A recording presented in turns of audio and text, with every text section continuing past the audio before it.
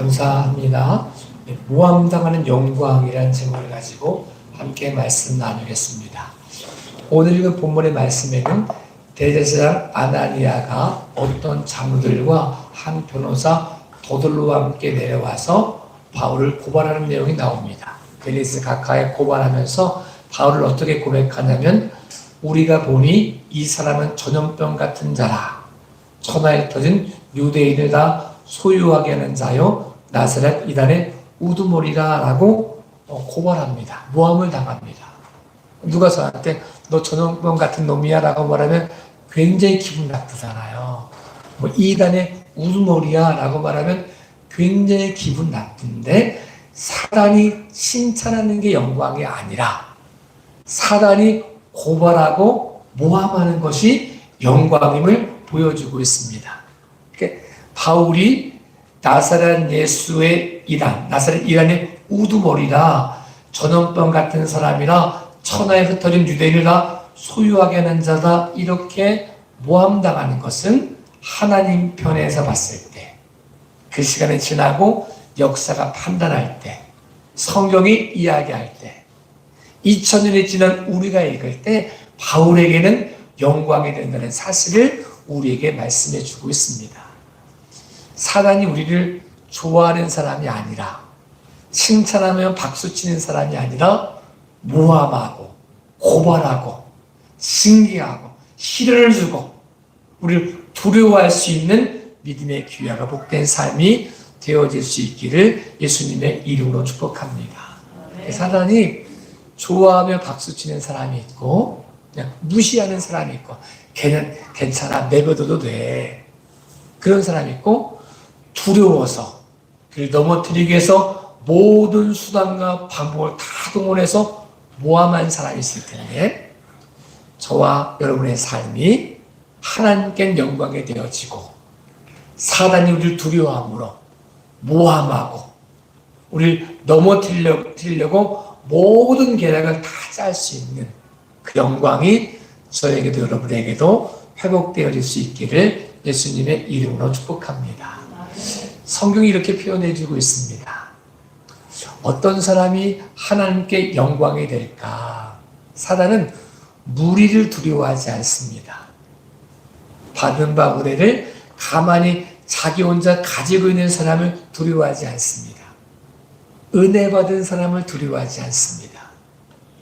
사단이 두려워하는 사람은 받은 바 은혜를 통해 자기만 간직하고 있는 게 아니라 이 은혜를 증거함으로 변화시키는 사람을 두려워합니다.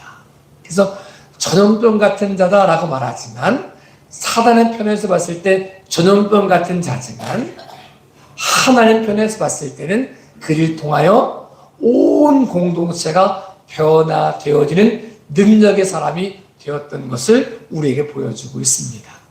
성경은 우리에게 동일한 누룩이라고 표현되어져 있지만, 변질되는 사람과 변화시키는 사람에 대한 이야기를 가지고 있습니다. 사단은 변질시키는 사람을 좋아합니다. 하나님은 변화시키는 사람을 좋아합니다. 이렇게 표현되어 있습니다. 예수님께서 바리새인과 사두개인의 누룩을 조심하라 라고 말씀합니다. 또 하나님 나라를 이야기할 때, 하나님 나라 어떤 나라와 같으냐? 한 여인이 가로 서만을 부풀게 하여 작은 누룩을 넣는데, 이 누룩이 가로 서만을 부풀게 한 모습으로 표현되어집니다. 바리새인과 사두개인의 누룩과 가로 서만 속에 던져진 누룩은 차이가 있다는 거죠. 바리새인과 사두개인의 누룩은 그 공동체를 병들게 하고 그 공동체를 변질시키고 썩게 하지만, 가로 서만 속의 누룩은 그 가로 서만 전체를 변화시키는 모습이 되었다는 사실을 우리에게 보여주고 있습니다. 사도 바울은 자기가 받은 바 은혜를 통해서 한 사람의 모습처럼 보였지만, 가로 서만 속에 녹아있는 누룩이 별로고 아닌 것처럼 보였지만, 그 누룩이 가는 곳이, 누룩이 있는 곳이 가로 서만 전체를 변화시켰던 것처럼, 사도 바울이 가는 곳에 공동체가 변화되어지고 여호와의 영광이 선포되어지고 참된 그리스도의 생명의 변화가 나타났다는 사실을 우리에게 보여주고 있습니다. 사람은 두려워함으로 그거를 변질시키는 사람처럼 전염병자라고 이야기했지만 하나님이 보셨을 때는 전염병자가 아닌 변화시키는 사람, 하나님의 나라를 전하는 사람, 성장하며 성숙하는 영광이 선포되었던 것을 우리에게 보여주고 있습니다. 사단은 은혜 받은 사람을 두려워하지 않습니다. 자기만 은혜 받고 자기만 가만히 있는 사람, 나만 즐거운 사람, 나만 좋은 사람을 두려워하지 않습니다. 받은 바 은혜를 통하여 공동체를 변화시킬 수 있는 사람. 그래서 하나님 나라를 이야기할 때 겨자씨에 대한 비유를 갖습니다. 겨자씨 하나가 작거든요. 눈에 잘 보이지도 않을 만큼 작은데 작은 겨자씨 가지고 흔한 은혜 받았다 이런 모습이 아니라 겨자씨가 심겨져 자라나 큰 나무가 되어 많은 새들이 깃들게 하는 모습으로 자라는 것을 하나님 나라로 비유해 주고 있습니다. 우리가 받은 바 은혜가 아무리 크다 할지라도 가만히 가지고 있는 사람을 사단은 두려워하지 않습니다. 무시합니다. 혼자만 좋으면 되지 뭐. 두려워하지 않습니다. 그런데 받은 바 은혜를 증거함을 통하여 그 사람이 가는 곳에 생명이 선포되어지고 공동체가 변화되어지고 공동체 안에 예수 그리스도의 능력이 나타나는 사람을 사단은 두려워한다라고 말씀해주고 있습니다. 저와 여러분의 삶이 받은 바 은혜가 가만히 두고 있는 겨자씨 하나와 같은 모습이 아니라 심겨짐으로 성장하며 성숙하여 큰 나무가 되어지는 하나님의 나라를 확장시킬 수 있는 공동체를 변화시킬 수 있는 하나님의 영광 되어질 수 있기를 예수님의 이름으로 축복합니다. 이런 표현을 가지고 있습니다. 도비아와 산발랏이라는 사람의 이야기가 나오는데 도비아와 산발랏이 예루살렘에 살고 있었던 이방 사람의 모습이었습니다. 근데 그 공동체가 페르시아에서 해방돼서 와서 예루살렘에 거류하고 있었지만 패배의식에 사로잡혔습니다. 우리는 할 수 있는 게 없어. 하나님은 우리도 버리셨어. 우리가 성전을 지어놔도 성벽이 회파되어지고 이민족 저민족에게 조롱을 당하고 내맞음을 당하고 핍박을 당하는 것뿐이 하나님도 우리를 버리셨어. 그들 공동체는 힘이 없었습니다. 눈을 뜨고 있었지만 눈에 보이는 것이 없었습니다. 희망을 잃은 눈빛. 보통 우리가 썩은 동태 눈깔이 이런 표현을 갖잖아요. 살아있는데 희망이 생기가 없는 거예요. 많은 사람이 모여서도 패배 의식에 사로잡혀서 우리는 안 돼. 우리 민족은 안 돼. 이렇게 막 말하고 있는 그 사람의 부르 속에 한 사람이 오면서 공동체가 변화되어지기 시작했습니다. 희망이 없었던 그들의 눈빛에 참된 소망이 생겨나기 시작했습니다. 생기가 없었던 그들, 패배 의식에 사로잡혀서 우리는 안 돼. 우리가 무엇을 할 수 있겠어? 라고 말하는 그 공동체 안에 한 사람이 등장하면서 그 공동체가 살아나기 시작했다는 것을 우리에게 보여주고 있습니다.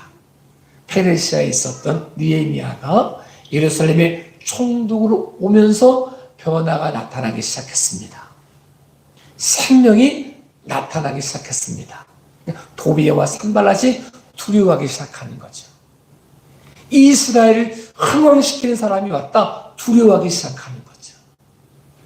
수많은 사람이 아무리 많이 모여 있어도 생기가 없었던 그들의 모습은 살아있으나 죽어있는 모습, 사단이 두려워하지 않는 모습, 아무런 변화도 나타나지 않는 모습, 어제와 오늘과 내일이 똑같은 모습, 희망이 없고 소망이 없어서 살아있지만 살아있지 않는 모습이었지만 믿음으로 깨어있는 한 사람이 그 공동체에 오기 시작하면서 공동체가 변화되어지기 시작했습니다. 사단이 두려워하기 시작했습니다. 절망에 빠졌던 사람들이 소망을 품고 믿음으로 선포하며 기도하는 역사가 나타나기 시작했습니다. 사단은 그들을 고발하기도 하고 모함하기도 하고 이렇게 저렇게 다 이야기했지만 그 모습은 느헤미야에게 있어서 하나님의 영광이었습니다.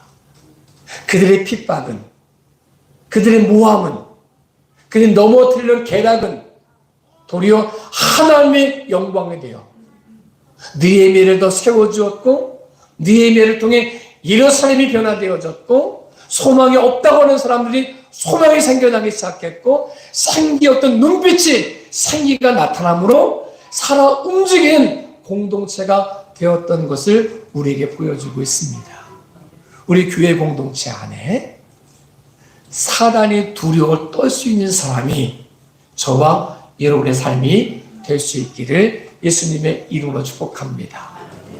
이래서 안 된다고 말하고 저래서 안 된다고 말하고 두려워하고 눈빛이 흔들려 있는 공동체 안에 살아있는 생명 있는 말씀을 통하여 눈빛이 살아나고 살아있고 운동력 있는 말씀이 선포되어지고 패배 의식이 아닌 여호와 영광 안에서 승리를 경험하고 서로가 서로에게 큰 힘이 되어지는 하나님 말씀으로 열매 맺는 공동체를 흥왕시키는 사람이 저와 여러분의 삶이 되었으면 좋겠습니다.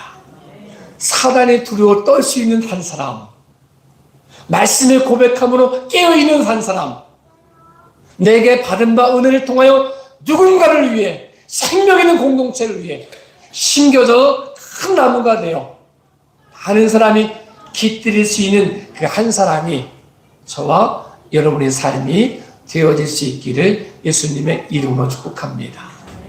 사단은 많은 무리를 두려워하지는 않습니다. 사단이 두려워하는 사람은 어떤 문제가 생길 때 자기 문제를 알고 기도하는 사람을 두려워합니다.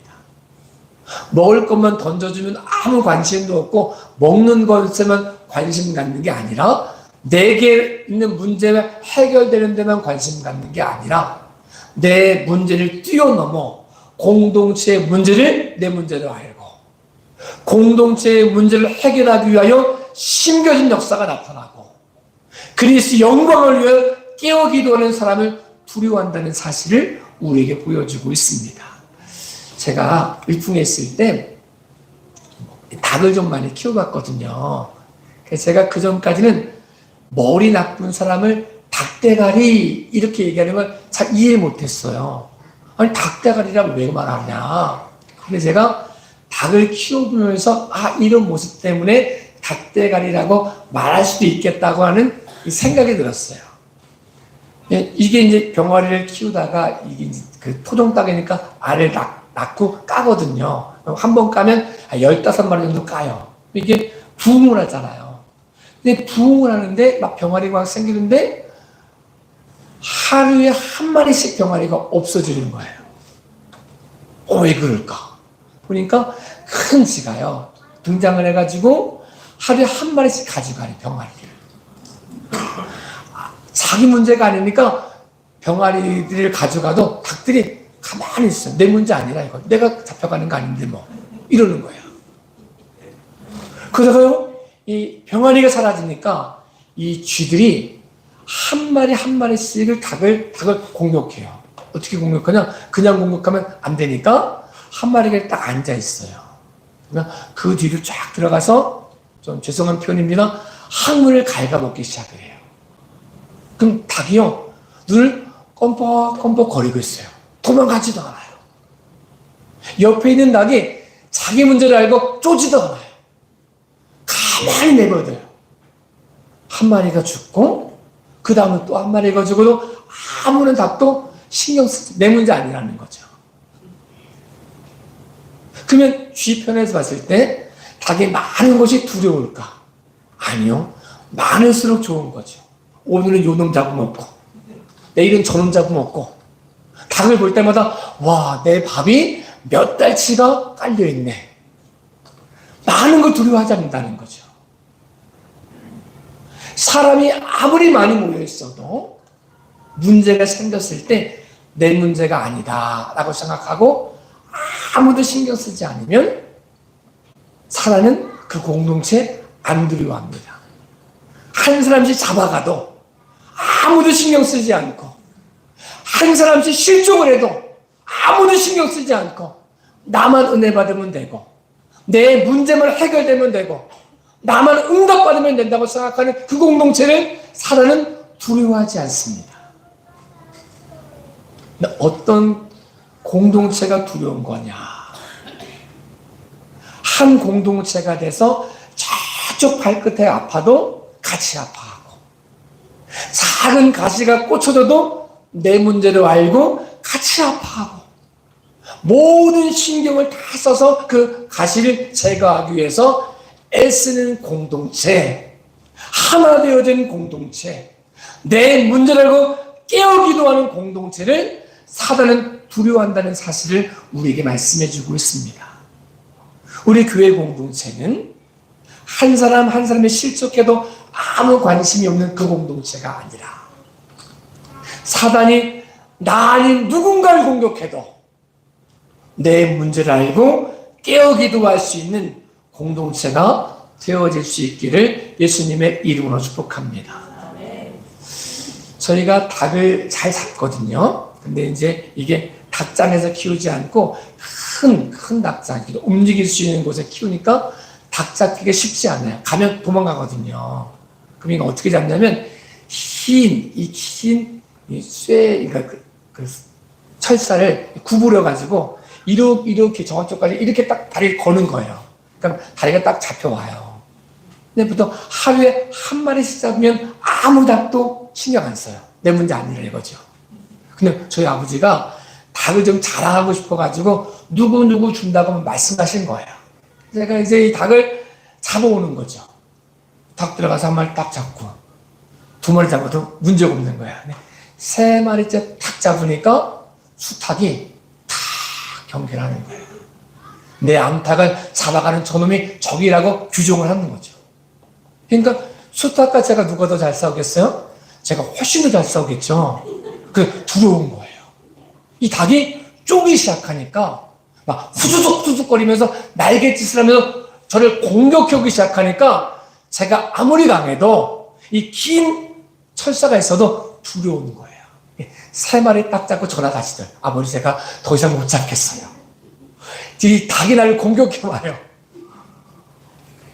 별거 아니라고 생각했는데 자기 문제를 알고 있는 닭이 한 마리 닭이 깨어 있으니까 사람인 자도 함부로 못 하겠더라고요.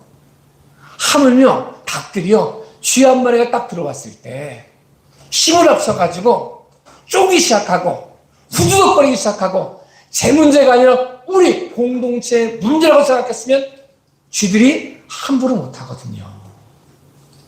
한 마리씩 없어져도 신경 쓰지 않는 닭들은 두려움에 예상이 되지 않는 거거든요.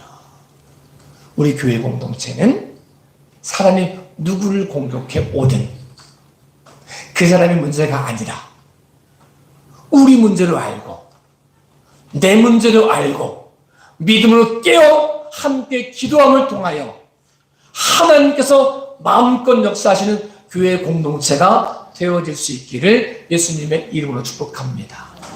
사단이 두려워할 수 있는 공동체.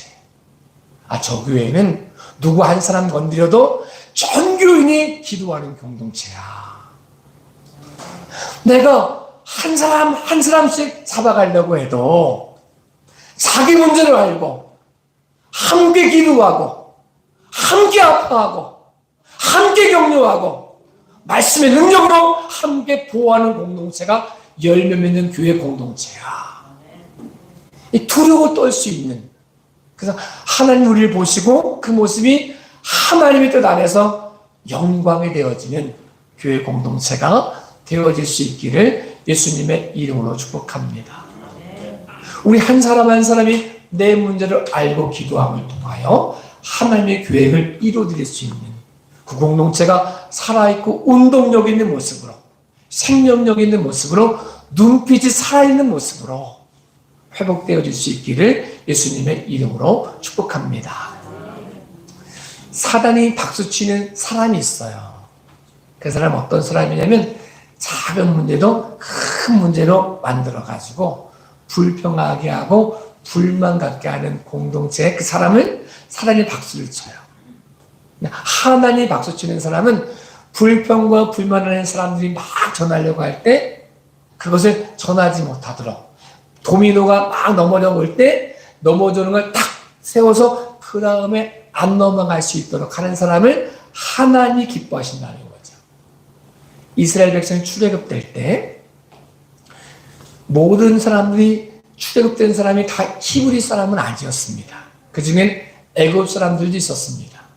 10가지 재앙을 보면서 애굽 사람들 중에도 내가 유대인 돼야지, 히브리 사람 돼야지라고 해가지고 자기의 모든 걸 버려두고 같이 출애굽한 사람이 있었거든요. 그 사람들을 섞여 사는 무리다라고 표현을 해요.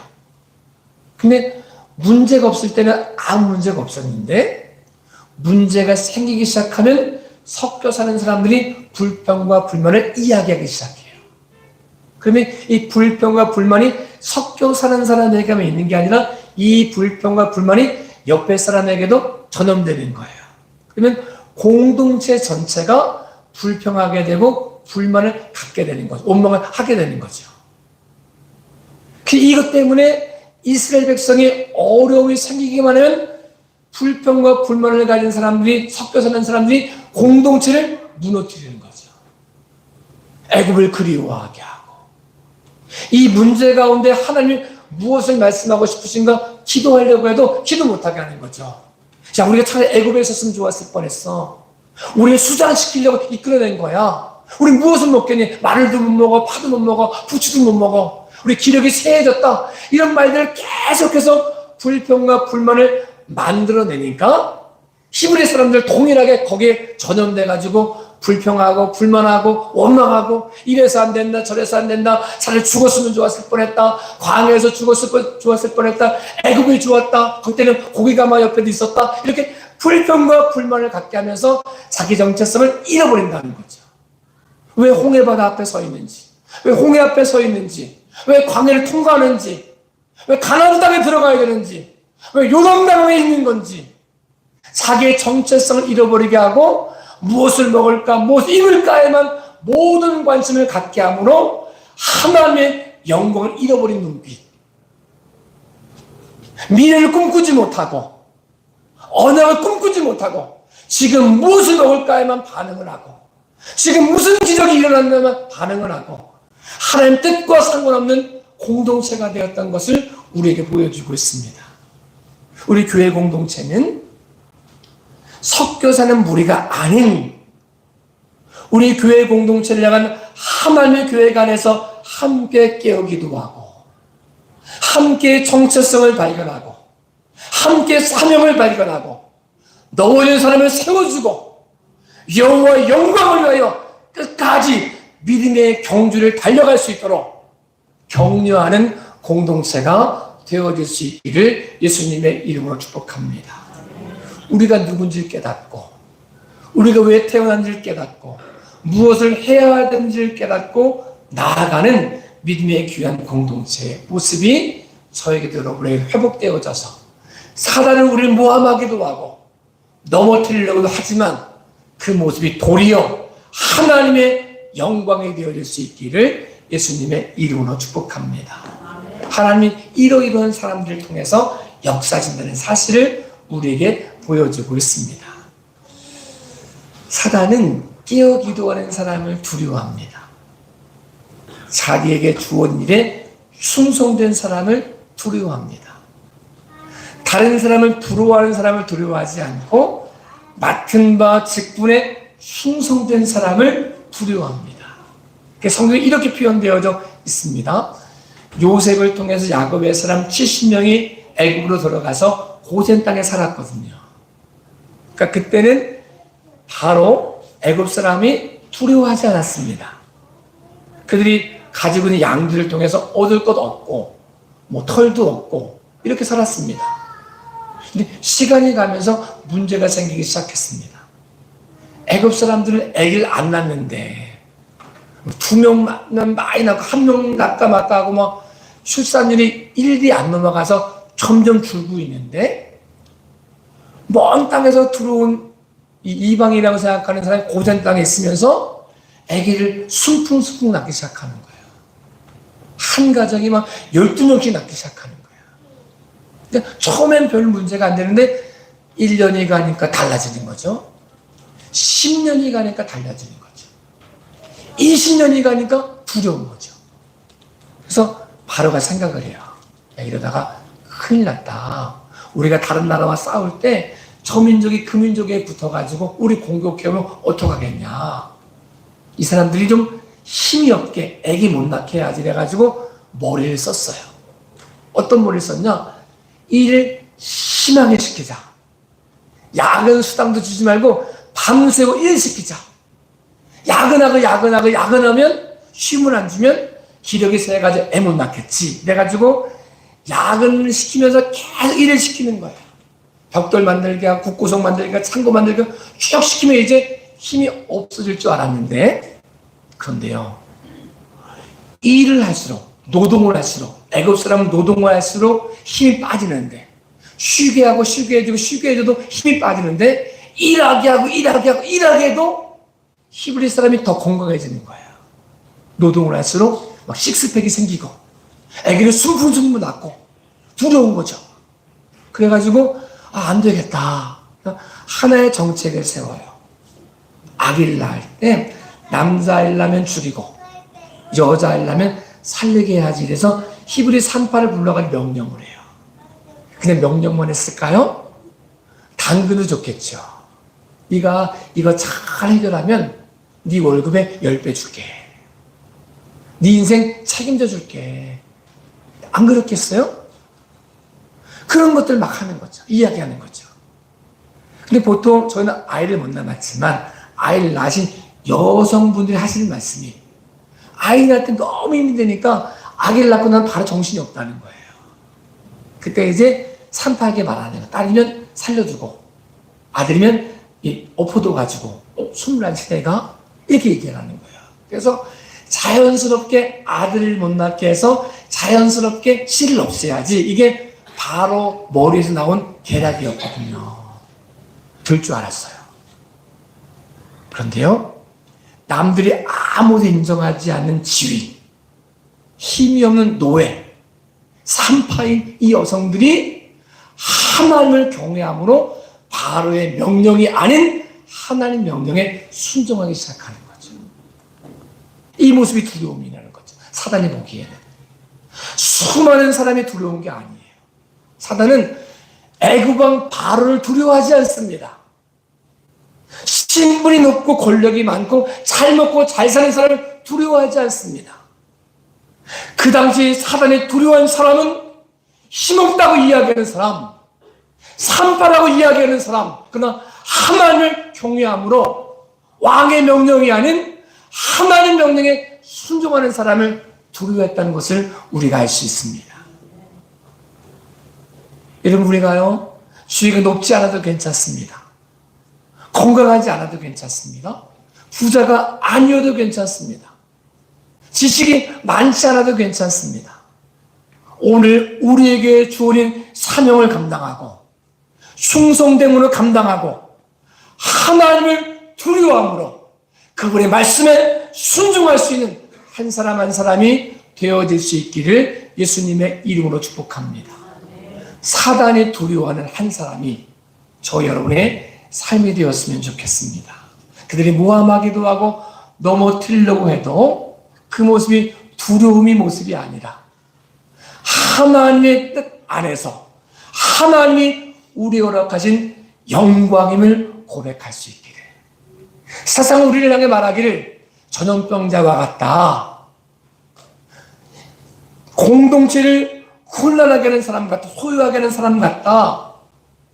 나사렛 이단의 괴수 같다라고 말해도 그 모습 때문에 상처를 받는 것이 아니라 도리어 하나님의 영광으로 고백을 하고 충성됨으로 감사함으로 그 사역을 감당하여 하나님이 기뻐하신 한 사람, 사단이 두려워 떨 수 있는 그 한 사람이 저와 여러분의 삶이 되어질 수 있기를 예수님의 이름으로 축복합니다.